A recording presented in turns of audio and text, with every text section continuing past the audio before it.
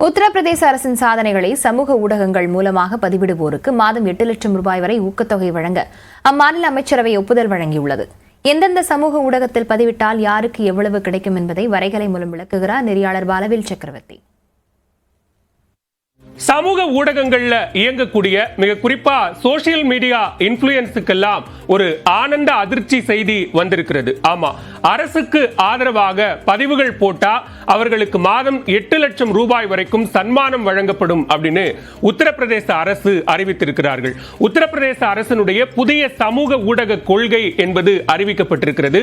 அந்த கொள்கைக்கு அம்மாநில அமைச்சரவை கூட்டத்தில் ஒப்புதலும் கிடைத்திருக்கிறது. சரி, இந்த புதிய சமூக ஊடக கொள்கையின் மூலமாக அவர்கள் என்ன சொல்ல வராங்க அப்படின்னு பார்த்தோம்னா, சமூக ஊடகங்கள்ல உத்தரப்பிரதேச மாநில அரசினுடைய பல்வேறு செயல் திட்டங்கள், கொள்கைகள், அவர்கள் மக்களுக்காக நிறைவேற்றக்கூடிய திட்டங்கள் தொடர்பான விளக்கங்களை எல்லாம் பதிவுகளாக போட்டு அதை மக்களிடம் கொண்டு போய் சேர்த்தால் மாதம் 8 லட்சம் ரூபாய் வரைக்கும் அவர்களுக்கு சன்மானம் வழங்கப்படும் அப்படிங்கிற ஒரு அறிவிப்பை உத்தரப்பிரதேச மாநில அரசு அறிவித்திருக்கிறது. சரி, யாருக்கு எவ்வளவு கிடைக்கும் அல்லது எதன் அடிப்படையில் இதெல்லாம் கொடுக்கப்படும் அப்படின்னு பார்த்தோம்னா, சோசியல் மீடியாக்கள்ல யார் எவ்வளவு ஃபாலோவர்ஸ் வச்சிருக்கிறாங்களோ அந்த ஃபாலோவர்ஸ்னுடைய எண்ணிக்கையின் அடிப்படையில் இதை 4 பிரிவுகளாக பிரித்து அவர்களுக்கு இந்த சன்மானம் என்பது வழங்கப்படுகிறது.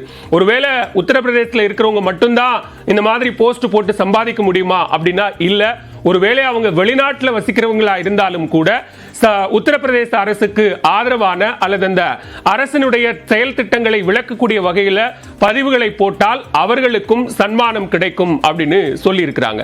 யார் யாருக்கு எவ்வளவு கிடைக்கும் அப்படின்னு பார்த்தோம்னா, உதாரணத்துக்கு யூடியூப் மாதிரியான ஒரு சோசியல் மீடியா பிளாட்ஃபார்ம்ல உத்தரப்பிரதேச மாநில அரசினுடைய வீடியோக்களை பதிவிட்டால், ஒரு ஃபுல் லென்த் வீடியோ பதிவிடும் போது அவர்களுக்கு மாதம் 8 லட்சம் ரூபாய் வரைக்கும் சன்மானமாக கிடைக்கும் அப்படின்னு சொல்றாங்க. அதுவே யூடியூப்ல ஷார்ட்ஸா போட்டா அவர்களுக்கு 6 இருந்து 7 லட்சம் ரூபாய் வரைக்கும் மாதம் சன்மானமாக கிடைக்கும் அப்படின்னு சொல்லப்படுகிறது.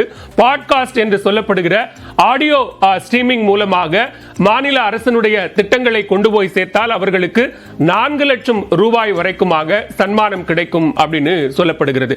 மற்ற சோசியல் மீடியா பிளாட்ஃபார்ம் அப்படின்னு பார்த்தோம்னா, உதாரணத்துக்கு எக்ஸ் தளத்தில் பதிவுகளை போட்டால் அவர்களுக்கு மாதம் 5 லட்சம் ரூபாய் வரைக்கும், ஃபேஸ்புக் மாதிரி சமூக ஊடகங்களில் பதிவுகளை போடுபவர்களுக்கு 4 லட்சம் ரூபாய் வரைக்கும், இன்ஸ்டாகிராம் மாதிரியான சோசியல் மீடியா ஆப்ல ஊபியினுடைய பல்வேறு திட்டங்களை கொண்டு போய் சேர்ப்பவர்களுக்கு 3 லட்சம் ரூபாய் வழங்கப்படும் அப்படிங்கிற ஒரு முக்கியமான அறிவிப்பை உத்தரப்பிரதேச மாநில அரசு அறிவித்திருக்கிறது. சரி, இதெல்லாம் சரி. ஒருவேளை அரசு தொடர்பான எதிர்கருத்துக்களை அல்லது அவதூறு கருத்துக்களை பதிவிட்டால் என்னவாகும் அப்படின்னா, அங்கதான் மிகப்பெரிய ஒரு ட்விஸ்ட் வச்சிருக்கிறாங்க யூபி அரசு.